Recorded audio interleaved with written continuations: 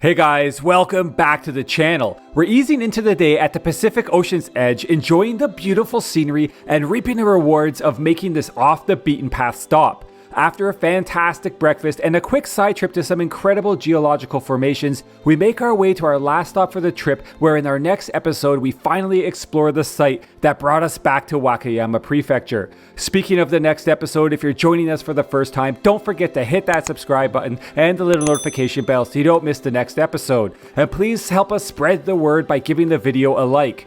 Now, let's go.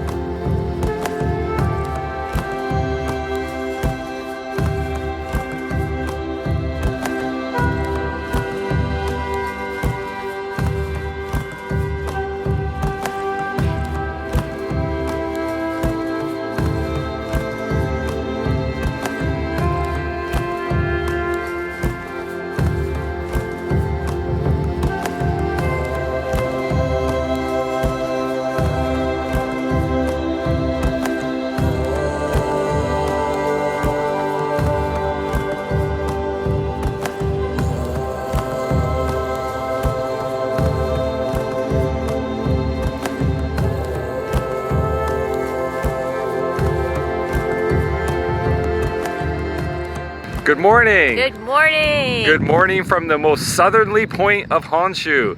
We pulled ourselves out of bed this morning, which was hard because it was freezing. It's still freezing! It is very cold out here, but we've come down to the Pacific Ocean. We're sitting on the edge of the Pacific Ocean to take in the sunrise and the amazing views around us. It's just incredible. This is one of the most beautiful mornings I've ever had in my life. You were so right to bring us down here. Phew. It was very out of the way, but it was absolutely worth it. Yeah, you like the lighthouse. I do. It was cool last night because when we were sleeping and everything was dark, the lighthouse would spin around and light up our room. Yeah. It's pretty crazy. Yeah. But it's really nice spot down here.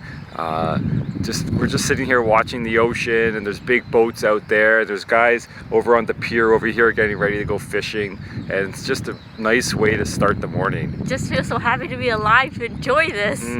Here, take a look at what we're seeing.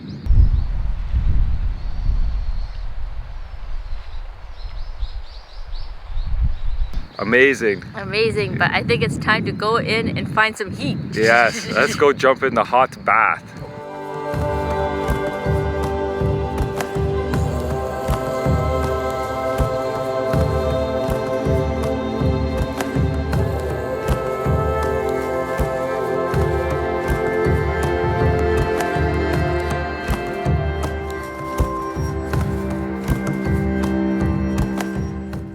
We've come down to breakfast after a quick bath. Hot water wasn't working for some reason in the shower, so we had a bit of a cold shower, but then luckily we followed that up with a dunk in the hot bath, so all worked out okay. And we're down here with an amazing view out over the Pacific Ocean while we're eating our breakfast.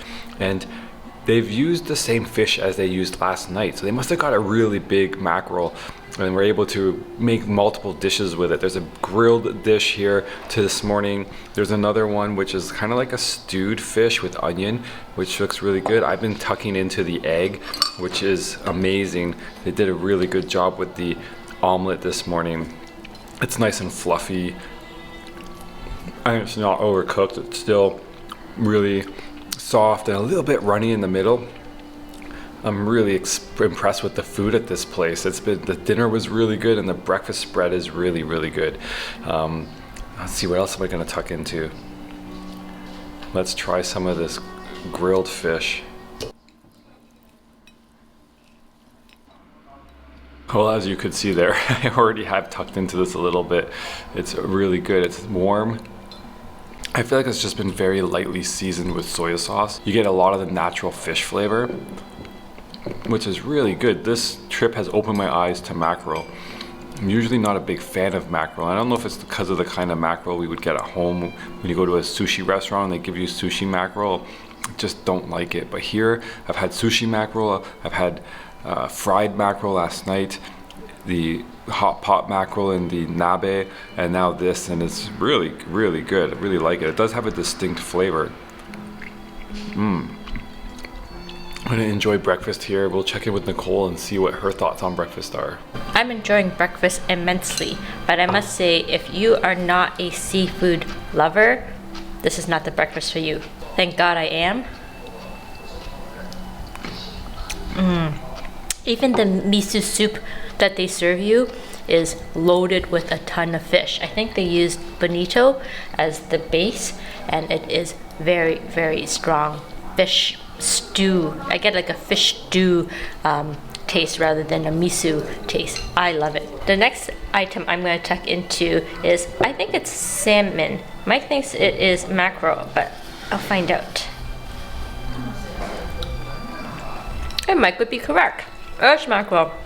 Has a pinkish hue to it, but I think the pinkish hue is due to the stewing. I think what's outstanding about this mackerel, or this dish, is the crazy amount of onion flavor that's coming out of it.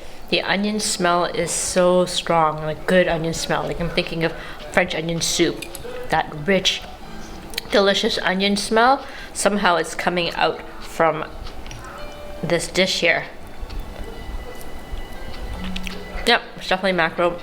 I love the onion. The onion smell is taking over this dish, and I'm very happy that it has. It's just permeated the fish, the onion. It's really good. Yeah, Mike said the onion has permeated the fish, and that's a perfect way to describe it. Aside from the egg, I think the stew is my favorite. Michael is the hero of the hour. I wolfed down my soup, and I didn't even realize until he pointed out that there's big chunks of crab bits.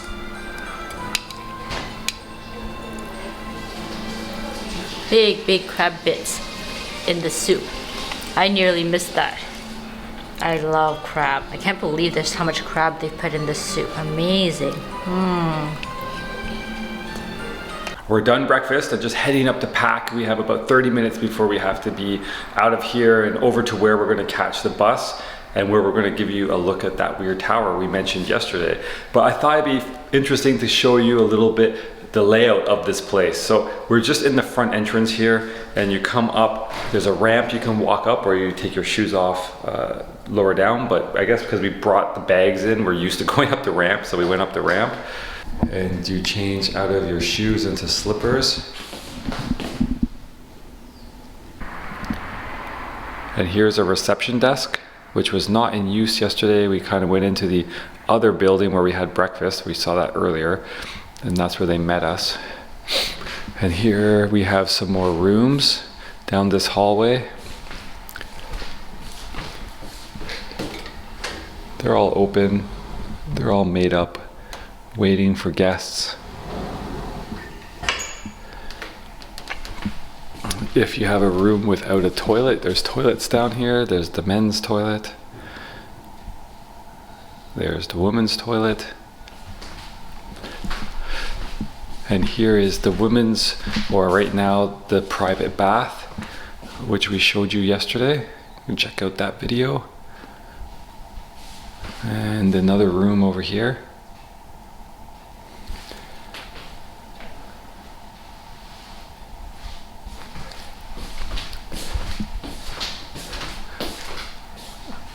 And the stairs to the second floor. Let's go up there. And here's the second floor. Some more rooms there. Here's our room. There's a toilet. We don't need to use that because we have a toilet. And then here is the men's bath, which is currently closed because I guess they don't have a lot of guests coming and going right now.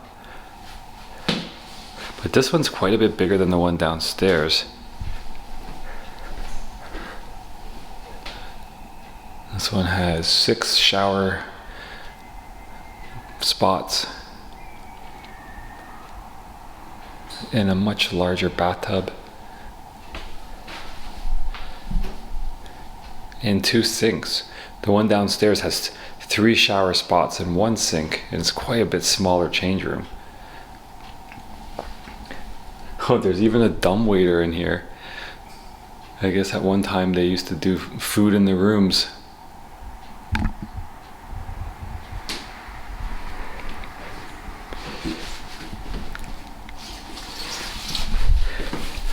And up here there's 2 communal areas. There's this spot here with these couches.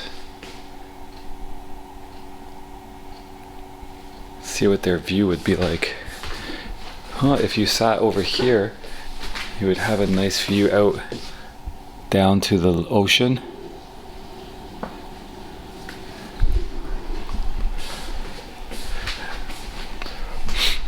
And then down on this end, some more couch area and a table and a lot of knickknacks. Interesting clock that doesn't seem to be working. Some pictures. This interesting samurai helmet sort of decoration. I don't think it can't be a real helmet unless that person had a very small head.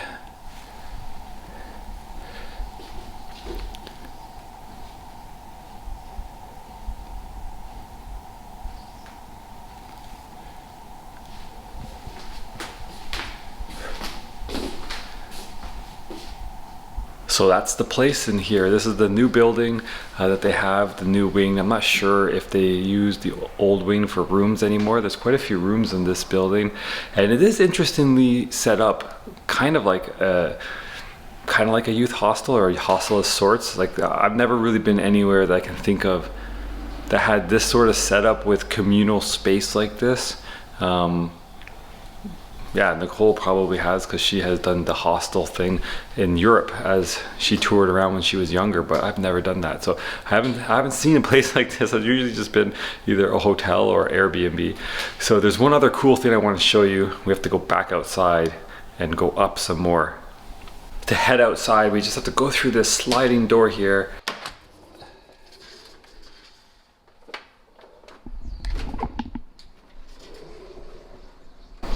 And we need to swap out our shoes, our slippers. And it's up these stairs. And they have this really nice deck up here with an amazing view.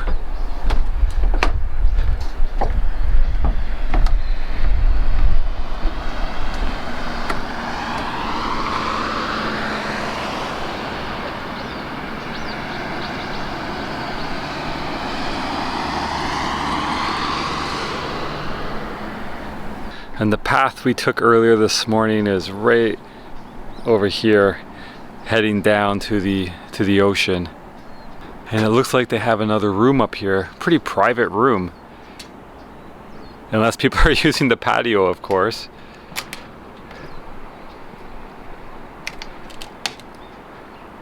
All right, so that's a look of this place. Really cool spot, really nice people running it, and we really enjoyed our stay here. And the scenery, the natural beauty here is incredible. I'm really glad that we took the chance to come down here. I was really stressed when I booked this, as I was saying yesterday, that I wasn't quite sure how it was going to pan out, but it worked out really well and we had a nice adventure. So got to run downstairs. We have about 15 minutes to finish packing and get over to the bus stop right over there.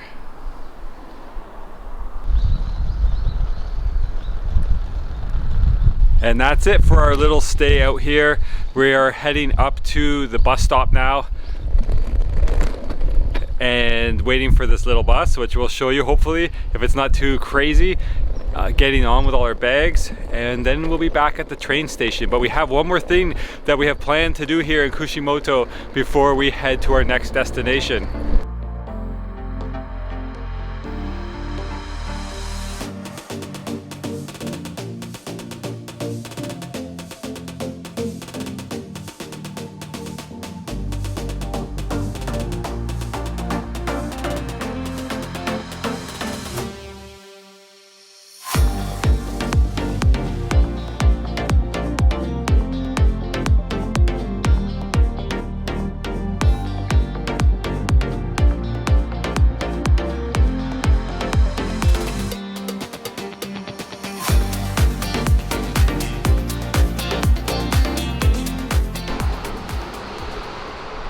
Need my coffee fix. Didn't get coffee this morning. So quick update, we got the bus. It was manic because we were there earlier than what our actual bus was. But I think we got on the wrong bus basically, but they both went to JR station, so no problem. But we went a little earlier so we would have some time to film the tower and the bus, but then that didn't work out. So anyways, got to the station, we left our bags with the tourist office and picked up a coffee, and now we're walking to the site that was recommended to us by our hostess last night at dinner, and she said this is a really beautiful spot, so we're headed there now.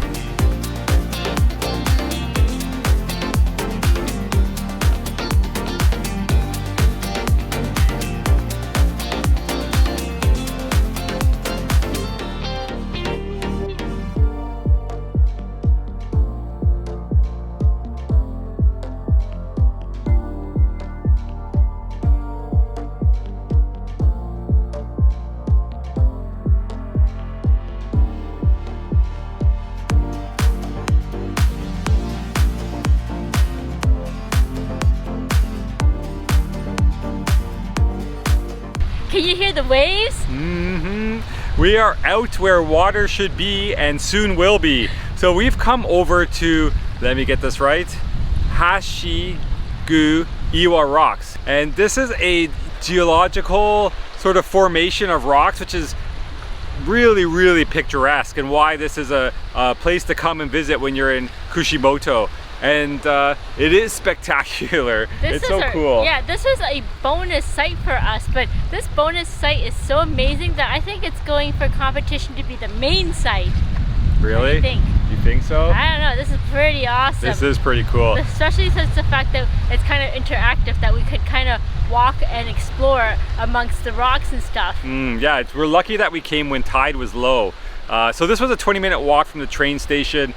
We've come here, like I said, tide is low, so we're able to walk out and get a closer look at this formation. And it's really interesting because how this was formed was, I don't know how long ago, long time ago, magma was forced up here into sandstone, and you can really see the difference between the types of rocks when you're out here. When you're walking down, you can see all the black mudstone, and when you get up close to the rocks, like we're sitting on a piece of rock, it's more of like a coppery kind of color, and it's really porous, and the mudstone looks really like, not soft, but really smooth. And so this magma was forced up into the mudstone, and over all these years the waves have been washing away the softer mudstone to leave these magma formations, and now after all these years they're sticking up pretty far out of the water, and it's pretty amazing. I have a factoid for you. What's that? When you said a long time ago, you know what the plaque said? What? Ancient times. Ancient times. There you go. So it's much more specific. So we're talking like long time, like before Edo period. Long time ago. Very long time ago. And what we're sitting on right now is a boulder, and this area towards shore on the other side, you know, the shore side of all these big rocks are little rocks, and these have been washed off of the big rocks during tsunamis and sort of washed up towards shore. So there's all these smaller, they're not small, they're kind of boulderish, but they're smaller rocks compared to the other ones that the tsunami broke off, or tsunamis have broken off and washed them up. So that's what we're sitting on. Do you think the camera had picked up all the little pockets of water that we saw, that inside there's little shrimps and wildlife? Yeah, I tried. Saw little starfish and little fishies. Yeah, so in and among the sandstone that we're walking on, there's crevices, and the crevices, you know, when tide goes out, they remain full of water and they trap life in there. As you can, I poked my finger in and pushed a stone, and all these things jetted away from it. There's some like little shrimp. There's some crabs in there. I went to pick up a fish. I went to pick up a rock, but it was a snail. Oh, really? Yeah, it's amazing. I love this. I love being able to get down into the ocean.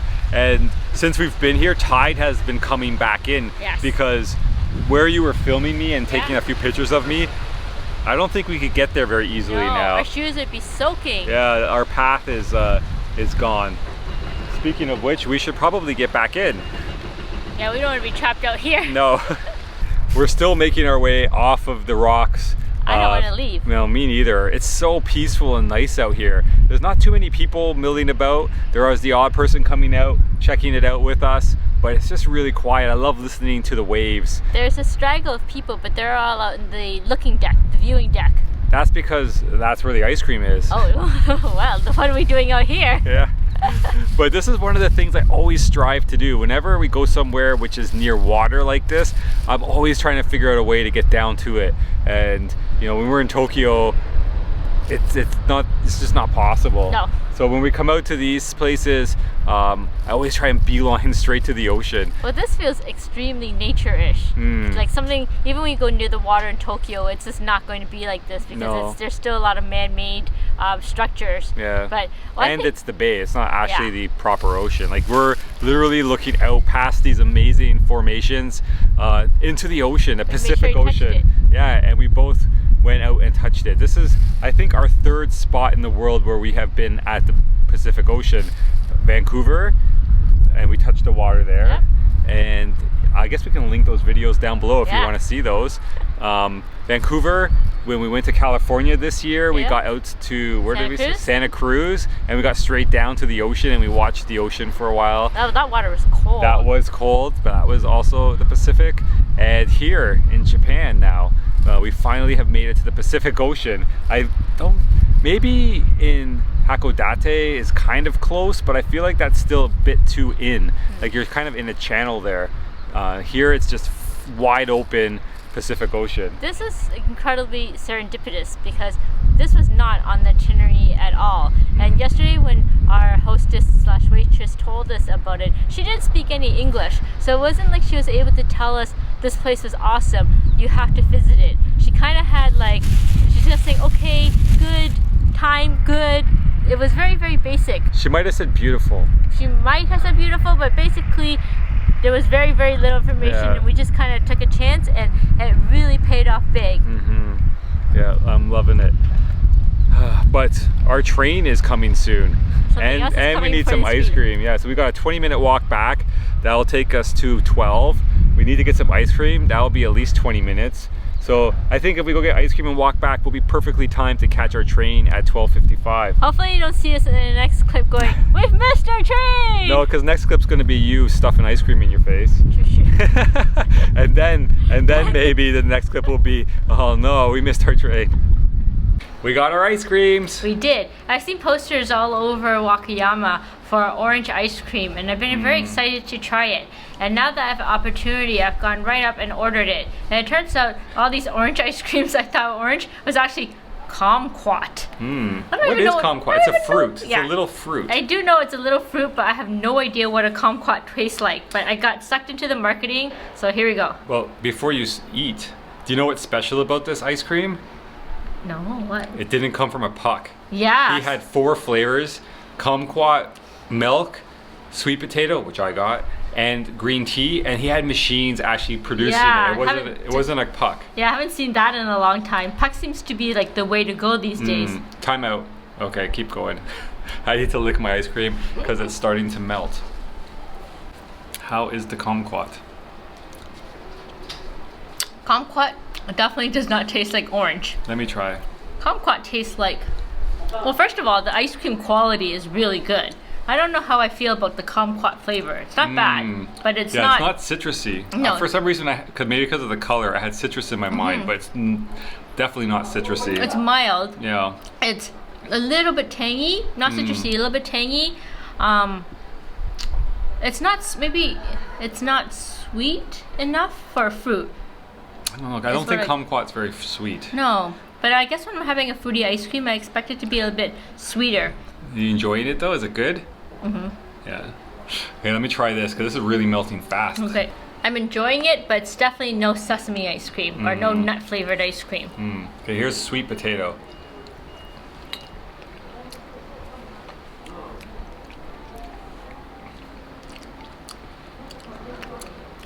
It's a mild, like, it's kind of mild in flavor. It's not screaming sweet potato, is it to you? Not at all.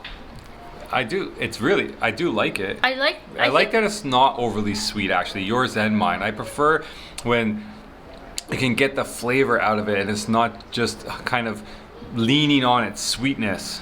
I think for both our ice creams, I'm not crazy about the flavor, but I am crazy about the texture. Yeah, it's it feels like a really creamy, good quality ice cream. And our view is pretty quality too. We're up on the second story of the viewing deck here, overlooking the rock formations, enjoying our ice cream. Let's eat these up and head back to the train station. Look what I found. The gift shop here has the orange ice cream Nicole's been trying to find ever since we left Kochi, and we got some. So we just finished our other ice cream, but that's not a problem. We can handle this.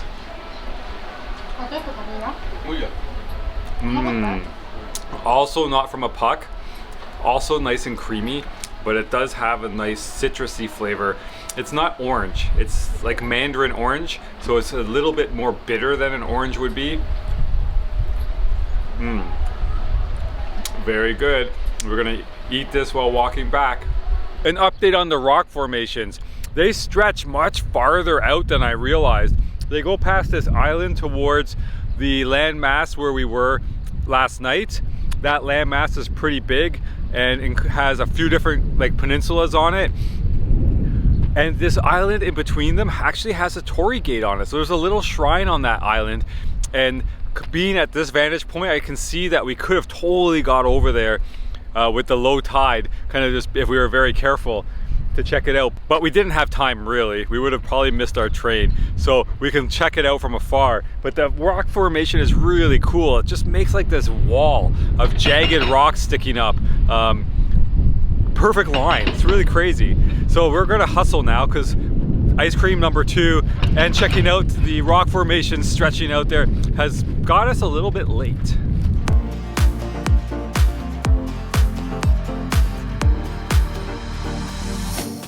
I don't know what it is, but something about small towns, small stations, something like this just gives me so much energy. Like, I'm so excited to be here, and I'm glad we stopped here. And it's just, I don't know, it's hard for me to explain the feelings I get from visiting small places like this in Japan. I think we like the fact that the locals seem to like us.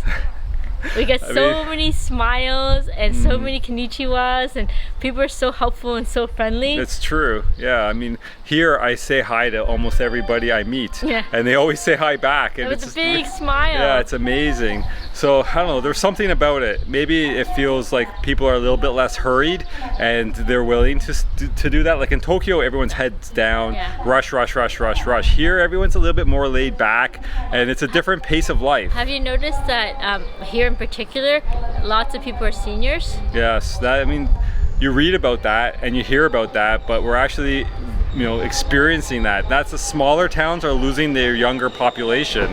They're all, oops, the train's coming in. Yeah, the young population tends to leave for the big cities to find work and new opportunities, leaving behind the older generation to hold down the fort, so to speak. So needless to say, I'm really enjoying these last few days so far, and was realizing walking back from the rocks that tomorrow's our last full day here in Japan, and we're going back to the airport on Friday. Today's Wednesday, so kind of sad about that. So just gonna enjoy the crap out of these last few days, and being in these small towns is helping me do that. So our train should be here momentarily. We're gonna go get ready to board and head on to our next spot. something unexpected has happened, and that is that we're in the green car all alone. So there's no other passengers in here with us. So I can be a little bit louder and maybe show you this space a little bit better than I can usually when there's people around. So let's do a quick tour of the green car in this train. So here's a green car seat. It's nice and spacious. It has multiple footrests. There's one right below where you're sitting, and they all flip out. And there's a footrest on the seat in front of you, which is a little bit more comfortable, I find. It also flips out. These seats have power plugs, so you can plug in and charge your devices. And this train has 2 separate sort of trays that will come out.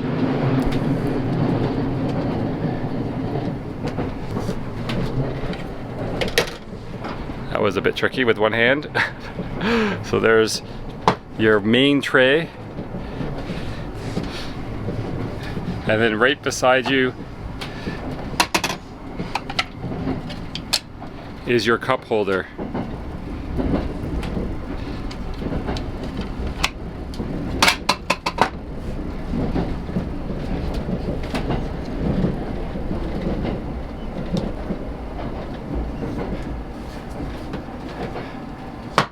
These seats will recline.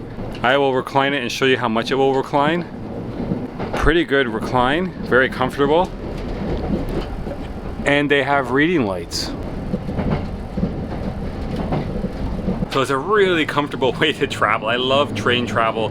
Just get in your train, get your seat, get set up, and then let somebody else worry about getting you from point A to point B while you can just relax, have your train bento, have a beer, have whatever beverage you want. Let's go into the back and look at the washrooms.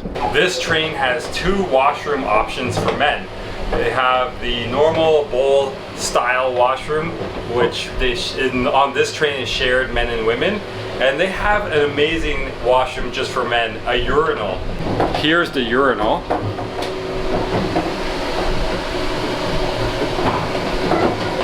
And then they have sinks with mirrors. So you can go in there, freshen up, wash up before you get off. If you need privacy, there's even curtains.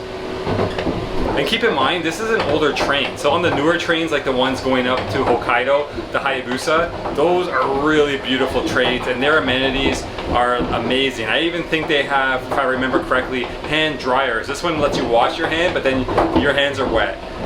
So that one had dryers to also dry your hands, and it was really beautiful inside. Yeah, I love traveling by trains in Japan.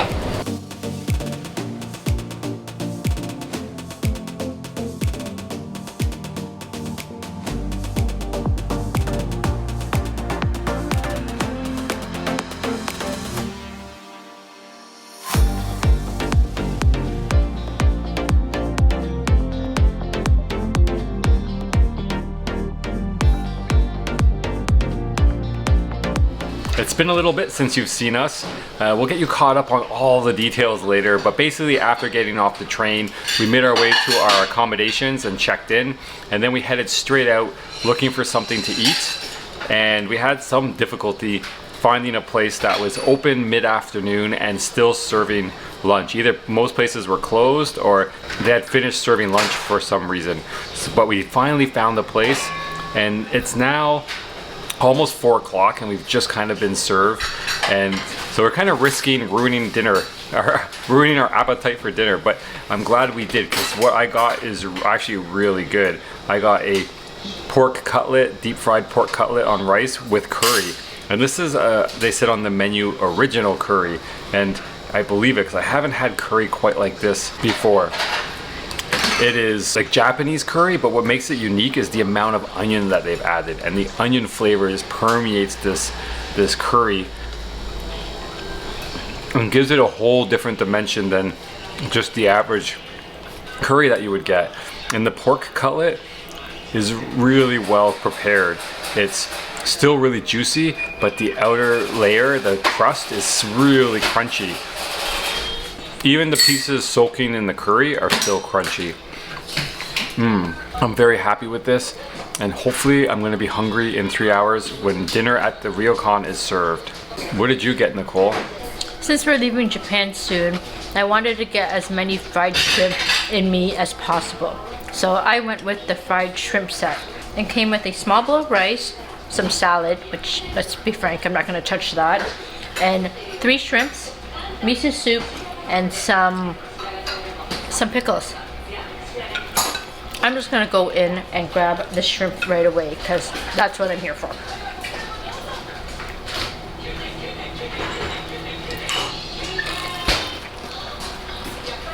Wow, they're not kidding around with the size of the shrimp. This is good shrimp. This is quality shrimp. It's big, it's meaty. The batter around it is perfect. It's very thin. It's panko, but she did a really good job because it's very thin. It doesn't overpower the shrimp, the big shrimp at all. And when me and Mike came in here, we weren't 100% sure because they have a Western style, old-timey coffee shop going, and they were pushing a lot of cakes and waffles and Western snacks, and we wanted a Japanese lunch, and she had a very small selection in the back, and we went for it, and I think, well, actually I know it's really paid off. I'm gonna be honest, that place was really, really good, but it definitely wasn't our first choice. And when we went in there, I don't think she kind of inspired a lot of confidence because A, she was the only person there, and she was the waitress, the hostess, the cook, the cashier. She basically just did it all. And she was like me. She was not focused. She kind of just did everything like a little bit, and she like would run around, and it was a very inefficient way how she operated, which is like how I operate. So I understood. So I'm just watching her, and I'm like, oh my god, that's me. Yeah, I mean, this was our 4th place that we tried. As I mentioned inside, we went to a couple other places, and one was closed. Yeah. One was not serving lunch anymore. One ended up not looking super like we wanted to go in there. So and then we saw this place, and we were like, let's give that a try. They had what we kind of felt like in their showcase you can see behind us. Yeah, it looks cozy. Yeah, it was cozy. The first 3 places had ratings that were like, we went there. But this place we're just like, let's just go in. Don't even open up the ratings thing. Let's just go in. But it really paid off. Yeah, that was really good. That curry with the onion was incredible. Her I was really shocked. Yeah, I was shocked. Yeah, and kudos to her. Yeah. I mean, running that whole place by herself. When we went in there, it was busy. It was. We closed it out. Like there's no one left. But it wasn't. It was definitely not fast food. It was slow. It took a little while, but that pork cutlet was super crispy. That was really good. So we are going to head back over to our accommodations, to our area over there, and we need to fill you in on what's been going on since we got off of the train. We're back. We are. Some time has passed since lunch, and we were just discussing like what did we need to catch you up on between the train station and lunch, and we realized not that much really. Yeah. We just got to our accommodations, checked in. Here's a quick view of our room.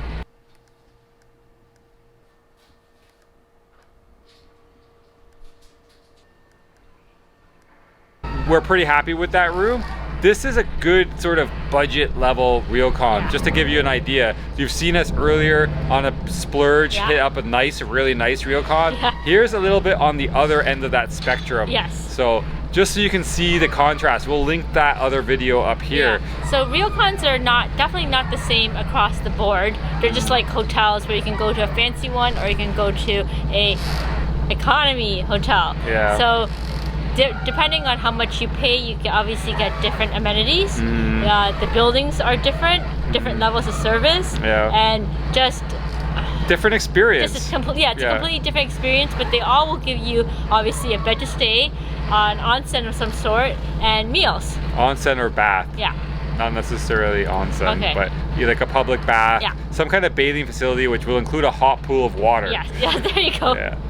So that's what we did actually. After lunch, we went back to the Ryokan and we went an onsen, because they do have onsen at this one. They have some kind of water. It's brown. It's brown. Brownish gray. They're very proud of it. And they told us to take all our jewelry off because it will get tarnished basically in the water. So I gotta try and figure out what that water is. And what health benefits it has. I felt like it was a clay slip water. Hey. And that usually draws out they say that draws out dirt and impurities.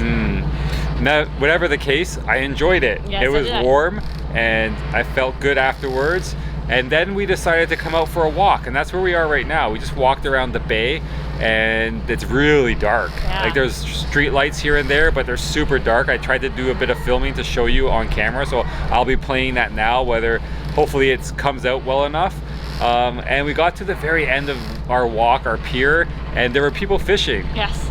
Which was fun, and I was There really... were some hardcore fishers. Oh yeah, they were hardcore. I was really hoping that someone was going to catch something, but they had no luck, and we had no luck. Yeah, by hardcore I mean some of the gear that they had, and wires and those little baits. Yeah, the lures. The lures, wow, they were fancy lures, and he had like many. A slew of them. Big slew of them. The one guy had his line out, and it was the float had a little green LED on it, but he was in his car watching it. He was the only wussy one. Everybody else was like, they were sitting on the ground fishing. Yeah, casting out, and then every once in a while they would jerk really hard and then sit for a bit longer and then jerk, and then their bait would get back to them and they'd have to cast it back out.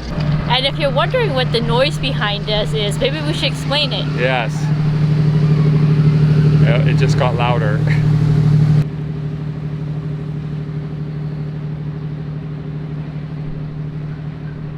We're actually sitting on a pier.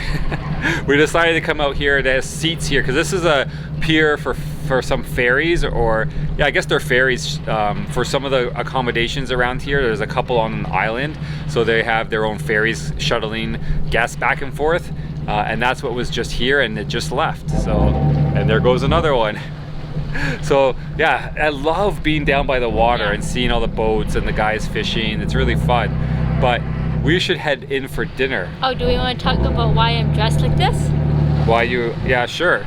When you stay at a Ryokan, you get a yukata, which is a robe, and you can wear this robe to dinner, or you can wear it outside. And you can wear it outside. Yeah, or you can wear it outside. So you wear the yukata, you put your belt on, and then there's like thicker, quiltier versions of it that you put on top of your yukata. And like an outer coat. Sort of. And they welcome you to parade around town because it's kind of like free advertisement for them, but it's very comfortable, so I've enjoyed it, and the materials actually kept me warm, surprisingly. That's good, because it's really chilly, which is why I opted not to do that. I have an undershirt, a t-shirt, I have a long sleeve, not sweatshirt, but shirt, and then I have my hoodie here and my jean jacket. And it should be light then. Yeah, I'm starting to feel the cold start penetrating in. I'm getting cold sitting here. So that's why Nicole's dressed the way she is, because she decided to walk around in her yukata, and I don't know what the name of the overcoat is, but dinner's calling. Yeah, our Ryokan is right down at the end of the pier, so let's go back inside, have dinner, and we'll share that with you. We have been seated for our dinner, and tonight we have to be a bit more discreet than usual because it's not private dining, and tables are quite close to us. So we will do the best we can tonight, and we'll try not to disturb everyone around us. I've been manning the camera, so I've missed the fire shot. Here's what it looks like after it's been lit. I've tucked into the first box, which is the box with all the small little appetizers. It's quite challenging for me because, again, it's very low on meat and high on random vegetables, which I am not a fan of. But I'm going to go for the safe item first, which is the fish. This is very similar to the mackerel that we had yesterday, except yesterday was fried, but it was sprinkled with that pre-made seasoning, whereas this one has been stewed and the gravy is cold and it's permeated through the entire fish. I think if you like fish that's really hearty, like firm, this is the fish for you, but if you prefer something that's light and flaky, this is probably not going to be your cup of tea. Nicole's taking you through the amuse-bouche course a little bit. I'm gonna get started with the sashimi. This area is famous for maguro, which is the tuna. And they seem to be a little bit more on the tuna that I prefer, which is the leaner cut. That's amazing tuna. It's super soft. Almost melts on the tongue, which is amazing because it's not the fatty tuna. When I heard that this area was famous for tuna, I was like, come on, isn't all tuna in Japan amazing? But that was before I had my first bite of tuna that they served here. It is something special. I can't define why it's better, but I can immediately taste that I enjoy it because it's a lean cut, and a lean cut is not my first choice. But if lean cuts always taste like this, it would definitely be my first choice. Now, I'm going to move on to something that has baffled me and Mike. It's in our sashimi dish. It's very gelatinous. It definitely does not look like fish of any sort. And Mike has insisted that I be the one to try it on camera. So here goes.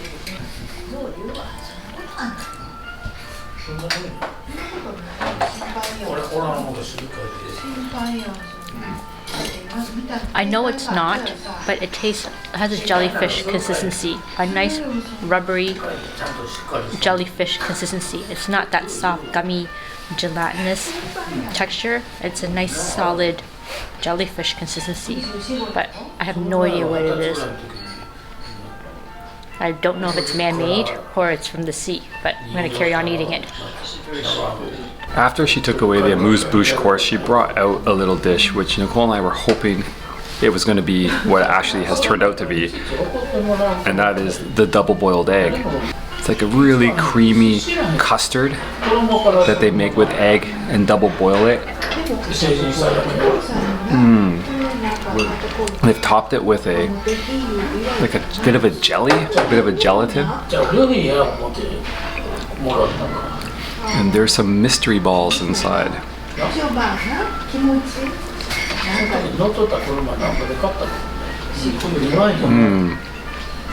I think it's a fish paste ball and some mushroom. That's really good. It's our first one of the trip. I just tried the double boiled egg too, and it is fantastic.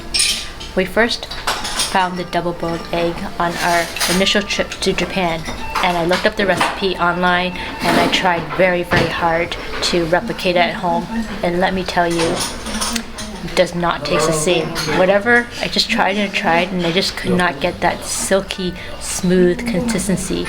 The internet's not telling me something I need to know. But I'm moving on to the next course, which is the abalone, and I was really surprised to find abalone in this set menu because it's kind of a pricey ingredient. At home, an abalone this size alone would probably cost you $45. So he gave us two, one each. So I'm like, ooh, so excited. Very strong abalone taste. It's subtle, but still strong because it's such a large piece of abalone, and they've drenched it. I've drenched it in butter that they've given me and lemon. That just brings it up to a new level. Usually abalone is stewed, but I really like it in this manner. It cooked in its own juices, kind of steamed it with like some kind of stock. Very delicious. I'm going to tuck into this other piece of tuna, which is an interesting preparation. It has a bunch of shredded vegetables on top, and it's kind of slightly cooked from, I think, acid. I think it's maybe been like, it's sort of like a ceviche. I think that the fish has been sitting in the dressing, and that has maybe started to cook it a little bit. The veggies are slightly pickled, and the dressing is really tangy, so there's definitely some citrus in there, and it has very slightly started to cook the outside of the fish. It's tuna again. That's amazing. I wasn't thinking that was going to be good. Well, my favorite. I think that might be my favorite out of the sashimi plate.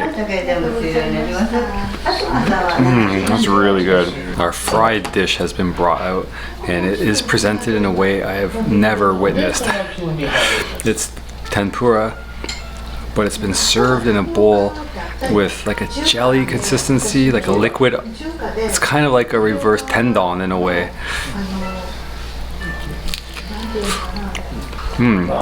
This is zucchini. The batter has gone soggy inside the jelly, but still super crispy on the outside. That's really good. I'm trying to discern the flavor of the jelly. I probably won't do that eating a shishito pepper. If you can't eat it, I'll eat it for you. I don't think it's a shishito pepper. This is okra. Cannot place the flavor of the jelly. Have you had any luck with the jelly? You obviously want to take that home. Mushroom. You think so? I'm gonna get some mushroom base.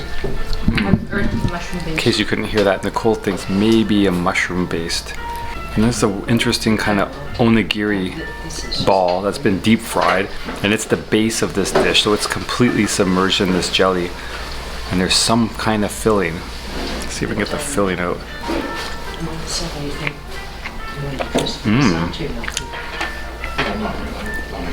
Some meat filling, I think. I'm gonna have to try and figure out what that stuffing is, because it's really good. What's that flavor? I think it's chicken and onion. Yeah, it's chicken. Onion. Definitely onion. Nicole nailed it. Chicken and onion. Really good. Michael finished up his tempura rice ball, and he came asking, "Did you eat yours yet? Do you want it?" I'm like, "Sorry, buddy. It's already in my belly." So we come to the part of the dinner where I call it the big meatball. It's usually a steamed dish, and when you open it, there's a big meatball inside. And it's not like a ball of ground beef or anything, which is kind of what I like. It's usually a hit or miss for me because they usually put a lot of vegetables. So depending on what vegetables they put in, it can go either way for me.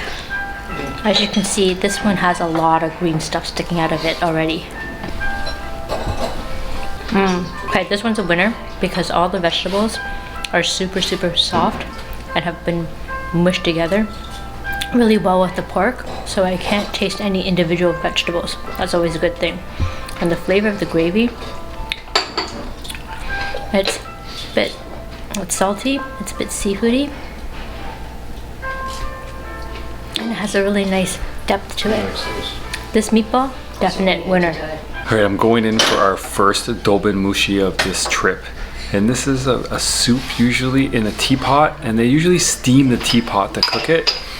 But this one's been cooked over a flame. So it's been heated up over our flame at the table. And let me turn the camera around and show you how we finish this off. Usually comes with a bit of lime, or the Japanese equivalent of lime. So we'll open the pot up,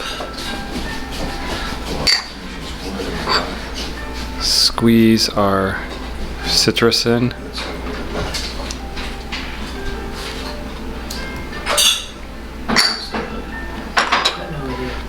and then we pour it like tea and drink it like tea. Nicole and I were just discussing how this is the first place that's had some of these traditional dishes that we've had many places before, but on the last couple trips, they've been disappearing for some reason. But we're really happy that this place is serving them to us because we love them.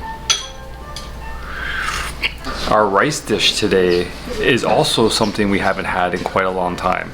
And this is, I believe it's an ojiya. It's kind of like a Japanese version of congee. So this rice has been cooked in a stock and it's become mushy. It hasn't completely dissolved into the soup, but it's still quite identifiable as rice. And there's some egg mixed in and an ume, preserved plum on the bottom, which I've warned Nicole not to stir around because she does not like ume. So let's give this a try. It's nice and warm. It's a great way to end the meal. And the ume is not crazy sour. It doesn't overpower the dish, just gives it a hint of flavor. That's really good. I was a little bit disappointed, to be honest, that it wasn't just plain rice, but I'm really happy now because I feel like something a little bit warm to finish the meal. Does dessert count as a course? Because if it does, I lied. The rice wasn't our last course. We have dessert. And dessert tonight is right up my alley. It's a jelly of some sort. It's got some fruit in it, which looks like kumquat, or maybe persimmons. I think it's persimmons. And let's give this a try.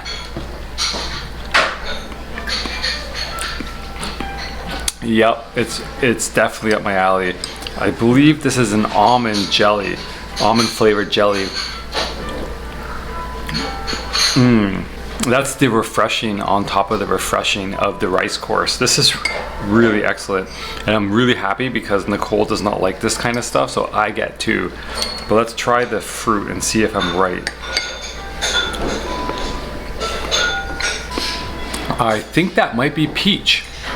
I think that's peach in there. I don't think that is persimmon. Nope, definitely not persimmon, it's peach.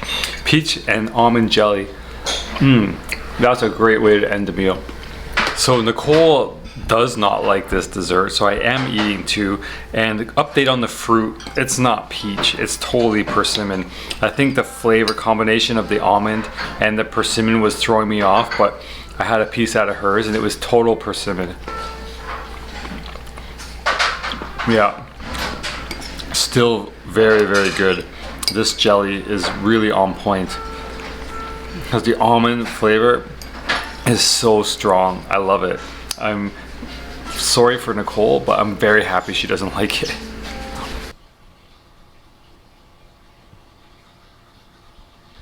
Dinner was really good. It really surprised us. We weren't expecting it to be such an amazing meal. Really good spread. Everything was presented and prepared really well and was really tasty and was really filling. And when we came upstairs from dinner, our futons were already ready and out on the tatami mats. I'm in my futon right now on the tatami floor here, and those futons just beckoned us in, so we kind of jumped in. we fully obliged them, and it was about 8 o'clock, so we've been lying here for about an hour just sort of chilling out and decompressing. Nicole was doing some reading and I was doing some reading and some Instagramming and all that kind of stuff, but it's getting on 9 o'clock. I think it's bedtime, so I'm going to turn the lights off and get some sleep.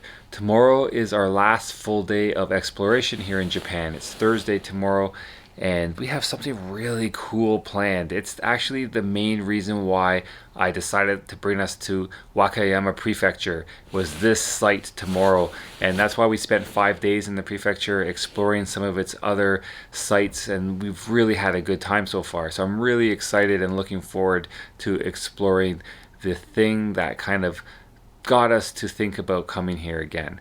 And then on Friday is technically our last full day in Japan, but we are making the trip from here all the way back up to Narita. That's about an 8-hour train trip. We have 3 trains, and then we'll be at the airport, and the next day we'll fly home. So I am going to say goodnight, get some sleep, get ready for tomorrow's last adventure, and hopefully you'll join us. But for now, good night. See you tomorrow.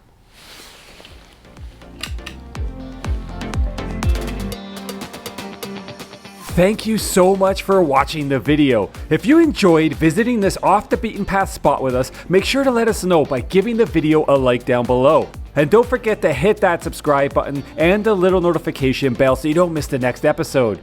We'll see you in the next one.